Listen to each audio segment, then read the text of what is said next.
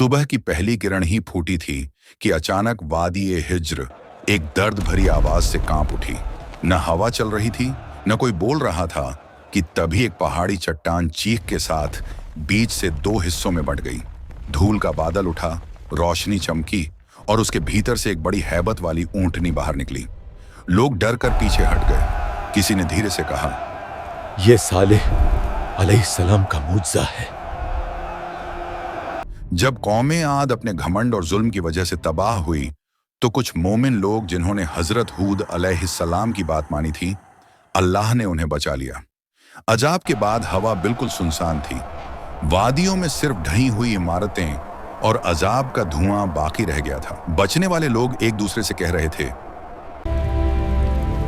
शुक्र है कि हमने हुद की बात मानी। अगर अल्लाह हमें पानाह न देता तो हम भी तबाह हो जाते। ये मोमिन लोग वादी-ए-आद छोड़कर नई सरजमीन की तरफ चल पड़े। सफर लंबा, मुश्किल और तकलीफदेह था, लेकिन उनकी नस्ल को नई जमीन, पानी, अमन और जिंदगी की तलाश थी। काफिले नज्द और हिजाज के पहाड़ी रास्तों से गुजरते रहे। फिर उन्हें एक आबाद इलाका मिला, अलूला। वहां चश्मे थे, बाग थे और उपजाऊ जमीनें थीं। यहीं उनकी नस्ल बढ़ी और आगे फैली।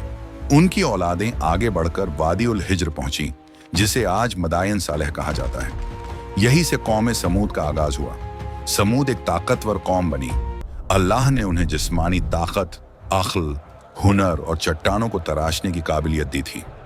ये लोग पहाड़ों के अंदर पूरे शहर तराश लेते। ऊंची सीधी दीवारें, बुलंद सुतून और ऐसे नक्शो निगार कि आज भी देखने वाला हैरान रह जाए। कुरान बताती है कि ये मैदानों में महल बनाते और पहाड़ों को काट कर घर बनाते थे। उनका निजाम बादशाही था। बाजार रोशनी से जगमग, तिजारत रौनक से भरपूर और रातें मशालों से चमकती थीं। वादियों में बाग थे, खजूरों की खुशबू और हरियाली थी। मगर नियामतों का शुक्र भूलकर घमंड आ गया। कहने लगे, हमने अपनी ताकत और जहानत से ये सब बनाया है। घमंड ने उन्हें गुमराह कर दिया। दिल सख्त हो गए। यह सरदारों की मर्जी है। चट्टानों में तराशे हुए बूतों को अपना माबूद बना लिया। अल्लाह को भूलकर कुदरती ताकतों को पुकारने लगे। कमजोरों पर जुल्म, उनका हक छीनना और सरदारों की मर्जी को कानून बना लेना आम हो गया। फसाद, बदकिरदारी और गुनाह हर तरफ फैल गया। उनका मशहूर जुमला था, हमारे सामने कौन टिक पाएगा?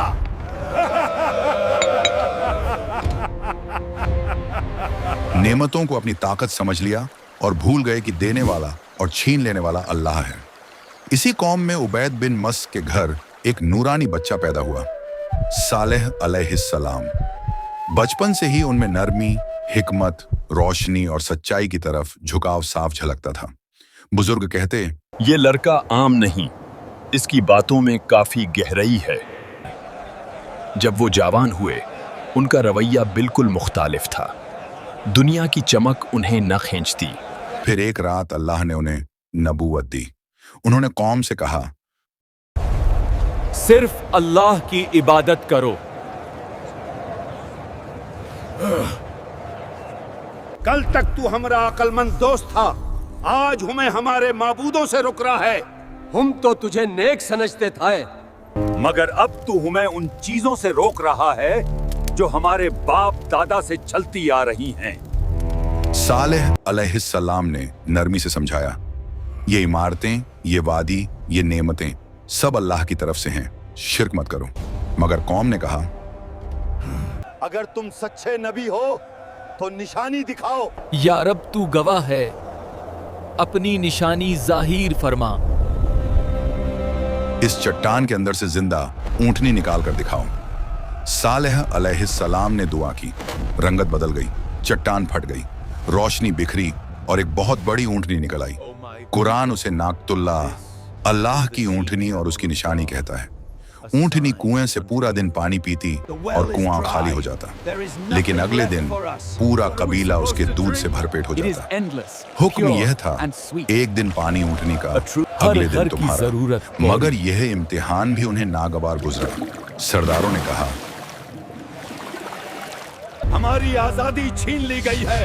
क्या एक ऊंटनी हमारे पानी पर हुकूमत करेगी? जब कुछ लोग ईमान लाने लगे तो सरदार डर गए। साजिश हुई। We eliminate him tonight. इस ऊंटनी की वजह से सालेह की इज्जत बढ़ रही है। इस निशानी को मिटा दो। इस निशानी को खत्म कर दो, एक औरत ने कहा। सालेह का असर भी मिट जाएगा जो इस ऊंटनी को मार डाले। मैं अपनी बेटी की उससे शादी करवा दूंगी। कुछ नौजवान राजी हो गए। आज रात ये ऊंटनी नहीं बचेगी। ऊंटनी पानी पीकर लौट रही थी। उन्होंने पीछा किया, सब टूट पड़े और उसे कत्ल कर डाला। कौम चिल्ला उठी, हमने ऊंटनी मार डाली, अब पानी हमारा है। यही वह जुर्म था जिस पर अजाब का वादा था। सालेह अलैहिस्सलाम आए, चेहरा जर्द, आंखें नम। कहा, तुमने अल्लाह की निशानी का कत्ल कर दिया। अब सिर्फ कुछ दिन बाकी हैं। पहले दिन चेहरों का रंग पीला पड़ गया, दूसरे दिन लाल हो गया, तीसरे दिन काला। खौफनाक सन्नाटा। फिर सुबह से पहले ही जमीन हिली, आसमान गरजा और एक भयानक चीख ने सबको पकड़ लिया। रूहें जिस्म से निकल गईं। सारे लोग अपने घरों में औंधे पड़े रह गए। सालेह अलैहिस्सलाम ने वादी के किनारे खड़े होकर कहा, मैंने तुम्हें समझाया था मगर तुम नासेहत को पसंद नहीं करते थे। आज भी ये मैदान गवाही देते हैं कि अल्लाह की निशानी का इनकार करने से इमारतें नहीं बचाती, ईमान बचाता है। अगर ये कुरानिक कहानी पसंद आई हो तो वीडियो को लाइक करो, कमेंट में लिखो अगली कौन सी कौम की कहानी सुनना चाहते हो और चैनल को सब्सक्राइब करना ना भूलो।